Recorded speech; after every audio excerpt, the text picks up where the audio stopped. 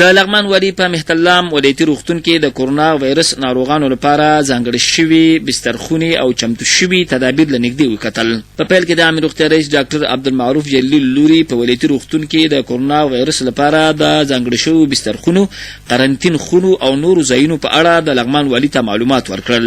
نوموړی وایي دوی د مرکزي حکومت او ولایتي ادارې له امر سره سم د بېلابېلو لارو څخه د کورونا وایرس د مخنیوي عامه پوهاوي او وقایې په اړه لازمې چارې ترسره کړي او دا لړۍ لا هم روانه ده. په ورته مهال د لغمان والي ښاغلي محمد اسف ننګ لوري د عامې روغتیا ریاست د مسؤلینو مننه وشوه چې په خورا ښه شکل یې د دغې وایرس د مخنیوي او وقایې برخه کې لازم چمتووالی لري.